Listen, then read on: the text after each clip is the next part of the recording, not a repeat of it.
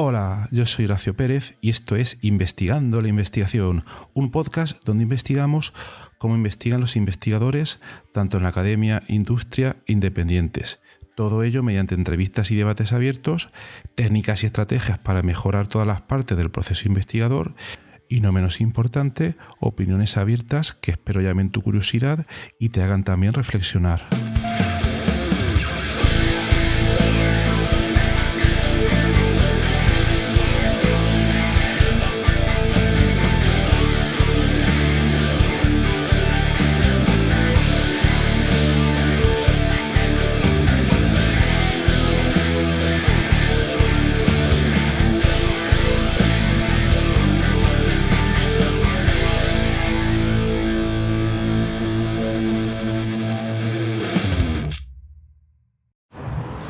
Hola, hoy es 24 de mayo de 2022.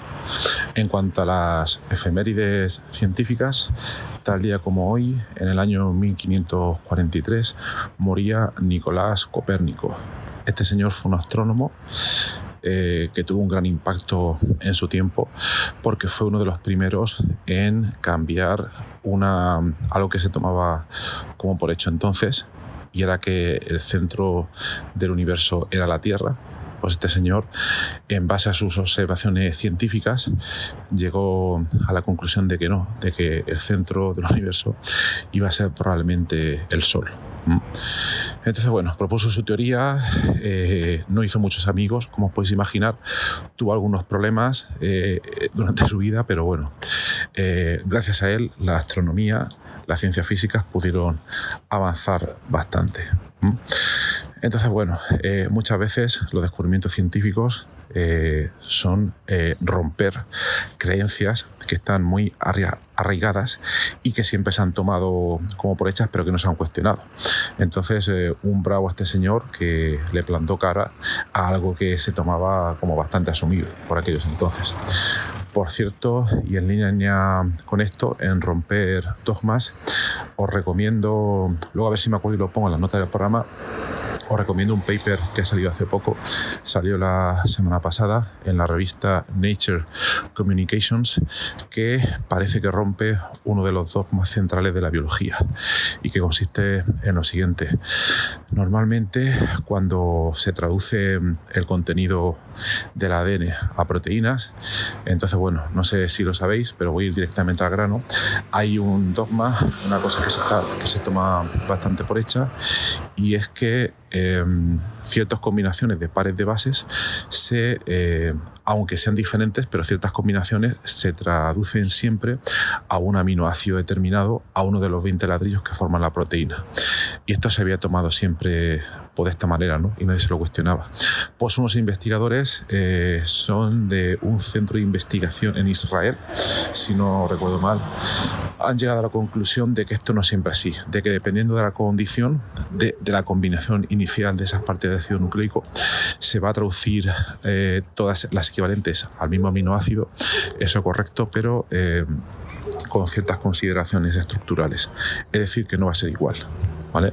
Y bueno, no me quiero extender más en eso, a lo mejor le podemos dedicar un capítulo de podcast otro día, cuando me lea el artículo, claro, pero esto lo que ha sucedido es que está levantando una gran controversia en toda la comunidad científica, y bueno, también resulta bastante interesante ver cómo a través de las redes sociales pues mucha gente está comentando el artículo, están sus pros, sus contras, algunos se quejan de que el estudio no se ha hecho en profundidad, algunos que todavía falta cierta confirmación experimental, etcétera, pero a mí al menos lo que me parece es la utilidad positiva que tienen aquí las redes sociales para primero transmitir esta información a todo el mundo, te llegan más fáciles estos artículos. Yo por mi parte, por ejemplo, no lo estaba buscando en ese momento, pero me llegó pues debido quizás a la gente que sigo o porque el algoritmo de Twitter ya se da cuenta de las cosas que suelo leer normalmente. Entonces por esa parte me parece interesante, pero es que luego además me llegan todas esas conversaciones e hilos hilos en torno a este artículo. O sea que un bravo ahí a la utilidad de las redes sociales para seguir todas estas cosas. Bueno, el episodio de hoy va sobre... es de la serie Grupo de Investigación y Startups. Hicimos anteriormente un episodio de esta serie, ahora ya un tiempo, si lo buscáis en el buscador de episodios lo encontraréis, que se llamaba Grupo de Investigación y Startups. Y entonces ahí comentábamos las diferencias y similitudes entre el grupo de investigación y startups. Entonces este es otro episodio de esa serie. Lo que vamos a comentar hoy está relacionado también con la financiación para proyectos de investigación. Y entonces es un episodio pues un poco de reflexión y de posibilidades. Me explico. Las startups normalmente, empresas tecnológicas que crecen de manera desmesurada en muy poco tiempo, muchas de ellas fracasan, una pequeña parte de ellas, 10% aproximadamente, se dice, tienen éxito, y su manera de funcionar es la siguiente. Alguien tiene una idea o tiene una visión y se ponen a ejecutarla, se ponen a ver si hay encaje de esa idea con el mercado y van dando palos por aquí y por allá, y cuando ven que, como dice la expresión coloquial, han dado con la tecla y ven que empiezan a ganar un dinero, pues empiezan a invertir en esa dirección de manera desmesurada para intentar crecer y escalar lo más rápido posible y para ver si ese negocio puede tener viabilidad. Pero ¿cómo funciona esto? Bueno, pues normalmente cuando alguien comienza una startup suele tener o tiene problemas de capital, que básicamente no lo tiene, o cuando se da cuenta de que la idea empieza a funcionar y tiene que crecer de manera instantánea o muy rápida para poder obtener un beneficio con esa idea, entonces lo que se suele hacer es que las startups, no todas, ¿vale?, pero muchas de ellas van a la búsqueda de inversores. Los inversores, ya sabéis, o lo imaginéis, son esta gente que invierte el dinero en tu startup con el objetivo de, pasado un tiempo, recuperarlo pues en forma de beneficios económicos o de cualquier otro tipo. Por cierto, en relación a este tema, os recomiendo muchísimo el podcast de ITNIG, donde muchos emprendedores que han tenido éxito, normalmente solo salen los que han tenido éxito, cuentan sus historias de startups, y así os podéis imaginar también, os podéis llegar a hacer una idea pues, de cómo funcionan este tipo de cosas, cómo se hace en la ronda de financiación, el levantamiento de capital. Es un proceso bastante interesante. Pero ¿por qué estoy comentando todo esto hoy? Bueno, pues lo comento porque a día de hoy hay un problema, lo ha habido siempre, ¿no?, para que los grupos de investigación puedan obtener financiación para poder llevar adelante sus ideas. Y entonces uno de los funcionamientos clásicos es que, pues un investigador escribe un proyecto, lo presenta en una convocatoria competitiva, pasa unos filtros determinados o no, por si cumple todas las condiciones, y luego tiene que esperar un tiempo, unos meses, hasta que se resuelva, y luego puede pasar, pues que obtenga esa financiación o no. La verdad que es un proceso bastante incierto, pero el problema principal no es ese, sino que el problema principal es que la gran cantidad de tiempo que suele pasar entre que se comienza con la aplicación, a escribir el proyecto, etcétera, etcétera, y se obtiene esta financiación. Ahora vamos a cambiar a las startups, ¿vale? Las startups, también tienen una idea, pero se basan mucho menos en la idea, sino más en la ejecución. Y cuando se dan cuenta de que aquello puede funcionar, entonces apuestan completamente por esa idea y van a la búsqueda de financiación. Pero la diferencia con las startups es que ellas no van a una convocatoria donde tienen que escribir un documento de 20, 50 o 100 páginas, sino que van a ciertas rondas de financiación, van a ciertos eventos y lo que hacen es pitchear, se dice normalmente, hacer un pitch pues de su idea de negocio, pues de su visión, ¿no? Entonces van a determinados eventos donde, si todo está bien organizado, pues ahí tendrán pues una serie de inversores que ya están, se supone que receptivos para ver pues una sucesión de diferentes emprendedores o fundadores de startups, para ver si a la idea o la visión que tiene alguno de ellos pues les puede cuadrar para su inversión con el objetivo de ganar dinero.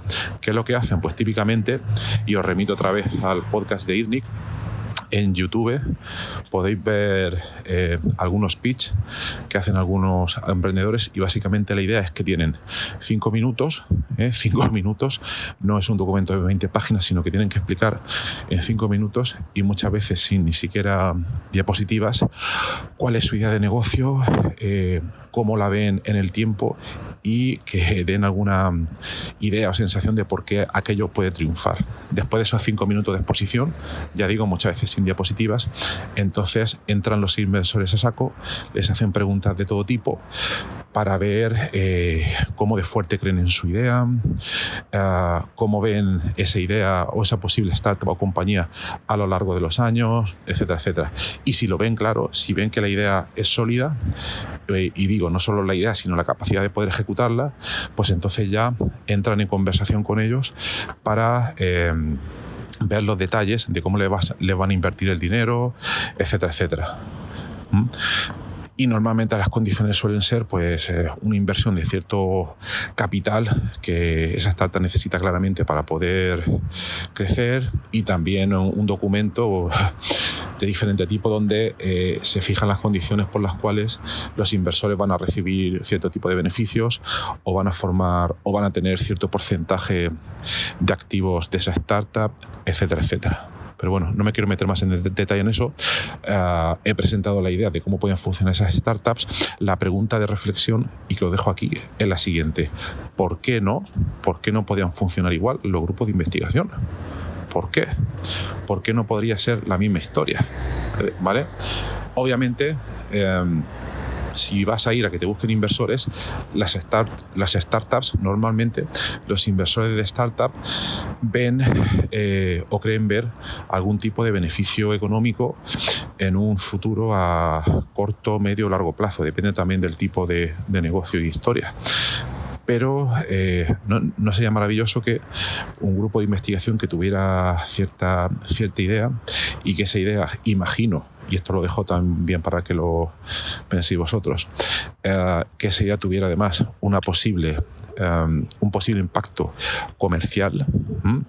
¿Por qué no? ¿Por qué no podría ir ese mismo grupo de investigación a poner esa idea incluso a ese mismo tipo de evento donde pitchean las startups para ver si algún tipo de inversor podría invertir en ellas, ¿no? La verdad que, claro, si se trata de una investigación muy fundamental, vamos a imaginar, no sé, lo primero que se me pasa por la cabeza, alguien que esté investigando en matemáticas, no sé, el análisis de la función, lo que sea, cómo calcular números primos. No lo sé, no sé hasta qué punto eso puede tener un impacto comercial o no. No sé si ahí un inversor pondría su dinero o no.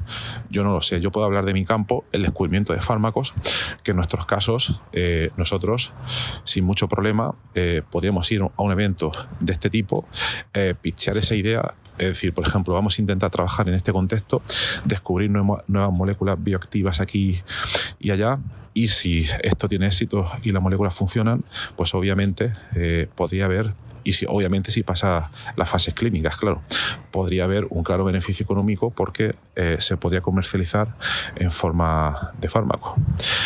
Bien, en nuestro caso, que es el campo que mejor conozco, veo ahí cierto potencial de poder la idea, pero claro, el inversor que metiera su dinero en esta idea debería de ver claro, primero, que tenemos una intención comercial de trasladar o mover ese proyecto, también que hay un equipo consolidado, y muchas veces los grupos de investigación, como se mueven contratando a gente en espacios muy cortos de tiempo porque no tienen más dinero, a lo mejor lo podría haber una debilidad, o también podría haber una debilidad la poca visión comercial del investigador principal de ese proyecto, etcétera, etcétera. Entonces quizás también podría ser una buena idea que ese pitch, que en ese equipo que formase ese investigador principal estuviese también respaldado por un CEO que hubiera tenido antes una biotech, en ese caso, y que ya pudiera hablar un poco más de detalle del negocio.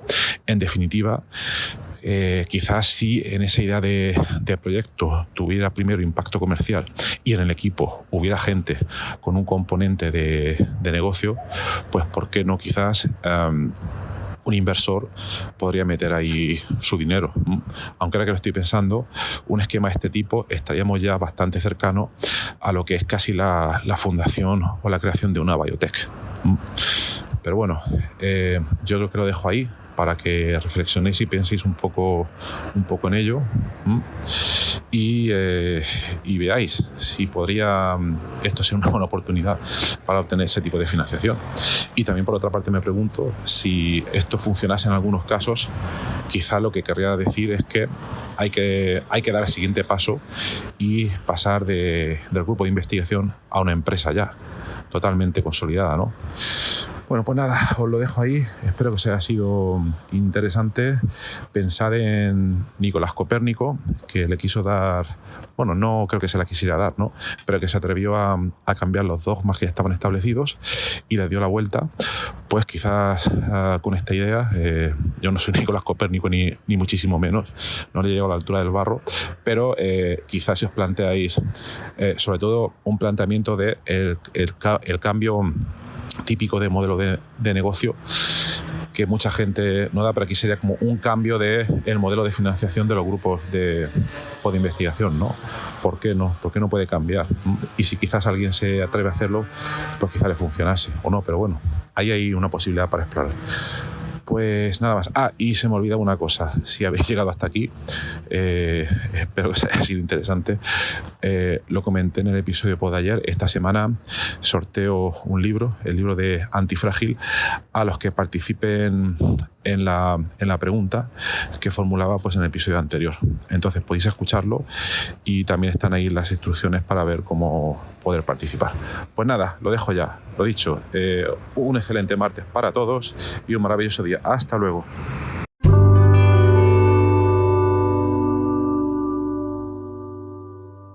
Muchísimas gracias por haber escuchado hoy este episodio del podcast Investigando la Investigación, y también sobre todo gracias por haber llegado hasta aquí, porque esto es ya el final del episodio del podcast. Si ya conoces el podcast y me conoces a mí, pues esta parte ya te la puedes saltar, pero si acabas de llegar al podcast y quieres saber un poco más sobre él, te recomiendo que te quedes solo un momento. En primer lugar, te voy a comentar quién soy y a qué me dedico. Mi nombre es Horacio Emilio Pérez Sánchez, a veces lo abrevio como Horacio Pérez, y soy de formación químico computacional. Actualmente estoy contratado en la Universidad Católica de Murcia, UCAM, donde me dedico a tareas de investigación. Soy actualmente el investigador principal del grupo de investigación en bioinformática estructural y computación de altas prestaciones, donde nos dedicamos a desarrollar métodos avanzados de descubrimiento de fármacos, a implementarlos en supercomputadores debido a la gran cantidad de cálculos que estos tienen que realizar, y además proporcionamos acceso a dichos métodos a través de servidores web o a través de otro tipo de herramientas bioinformáticas. Al mismo tiempo, aplicamos dichos métodos a problemas relevantes dentro del descubrimiento de nuevos fármacos, y los compuestos que descubrimos los patentamos y los licenciamos a diversas empresas. También soy docente en diversos grados en la UCAM, como puede ser el grado en farmacia, el grado en ingeniería informática y el grado en medicina. También trabajo por cuenta propia como autónomo, y ahí tengo 3 líneas principales de actuación. Una de ellas consiste en la asistencia o mentoría en temas de investigación académica e industrial, donde te ayudo a responder a las siguientes preguntas. 1. ¿Cómo conseguir que tus artículos científicos sean aceptados en revistas de alto impacto? 2. ¿Cómo conseguir que tus proyectos de investigación obtengan financiación en convocatorias competitivas nacionales e internacionales? 3. ¿Cómo gestionar eficientemente tus proyectos de investigación actuales para conseguir los objetivos propuestos? Y 4. ¿Cómo incrementar tu productividad como investigador y disminuir tu estrés? También ofrezco servicios de asistencia en bioinformática estructural respondiendo a las siguientes preguntas. 1. ¿Cómo descubrir compuestos bioactivos en diversos contextos, tanto farmacológicos, nutracéuticos o agrícolas, etc.? 2. ¿Cómo proponer y validar modelos moleculares para sistemas biológicos? 3. ¿Cómo acelerar drásticamente la ejecución de cálculos complejos y costosos? Y 4. ¿Cómo permitir que usuarios con conocimientos informáticos mínimos puedan acceder y sacar rendimiento fácilmente a herramientas científicas complejas? Y por último, también me dedico al desarrollo de diversas herramientas de software para temas de productividad, los cuales iré informando durante los diversos episodios de este este podcast. En cuanto al podcast, como podéis hacer quizás una idea si habéis llegado hasta aquí y habéis escuchado alguno de los episodios, mi intención e interés es divulgar la investigación que se hace en muy diferentes contextos, tanto a nivel académico como a nivel industrial, porque el tema de divulgación académica e industrial pienso que no se le da la suficiente importancia, y también el trabajo que realizan investigadores autónomos y diversos colectivos. Además, doy especial hincapié en el tema de la bioinformática estructural a la hora de divulgar también la investigación que realizamos en nuestro grupo.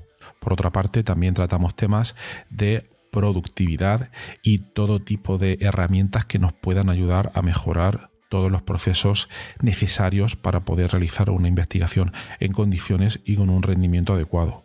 Si escucháis el primer episodio del podcast, que es en realidad el tráiler, ahí tenéis algunos detalles más, pero bueno, esa sería la idea principal. Por último, también quisiera mencionar que tenemos una comunidad de Discord organizada en torno al podcast. En la mayoría de las notas del programa, de los episodios, tienen los detalles para acceder a esta comunidad. Y es muy interesante porque ahora mismo tenemos unos 100 y pico de usuarios, de oyentes, que se conectan a la comunidad de Discord, y de ahí surgen diferentes conversaciones.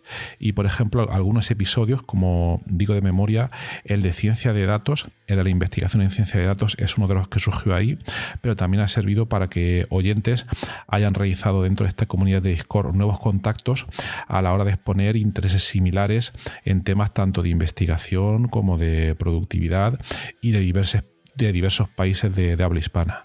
También me gustaría decirte que si te ha gustado el podcast, te agradecería muchísimo si lo pudieras sugerir a amigos, contactos que pienses les pueda llegar a interesar, o compartir a través de múltiples plataformas, ya sean las redes sociales, mensajería, WhatsApp, Telegram, Discord, etcétera, emails o cualquier otro medio. Asimismo, también ayuda mucho si en las diferentes plataformas donde se puede escuchar el podcast, como Spotify, Apple Podcasts, iVoox, etcétera, nos puede dar ahí 4 estrellas, 5 estrellas, etcétera, lo que tú veas necesario. Pues todo esto al final ayuda a que el podcast llegue a más gente. Y por último, si quieres ayudar a esta idea, si quieres ayudar al podcast económicamente, te agradecería te suscribieras a la versión premium del podcast. Tienes los detalles en los enlaces de las notas del programa, o puedes ir directamente a Anchor FM/Horacio-PS y ahí tienes todos los detalles. Y bueno, aquí se termina esta outro del podcast, un poco larga, pero me parecía necesaria para todos aquellos que lleguéis por primera vez. Y nada, de verdad, muchísimas gracias por escucharme y espero que os interesen los temas y que todo este contenido pueda ser beneficioso para todos los que lo escucháis. Muchas gracias y hasta otro episodio.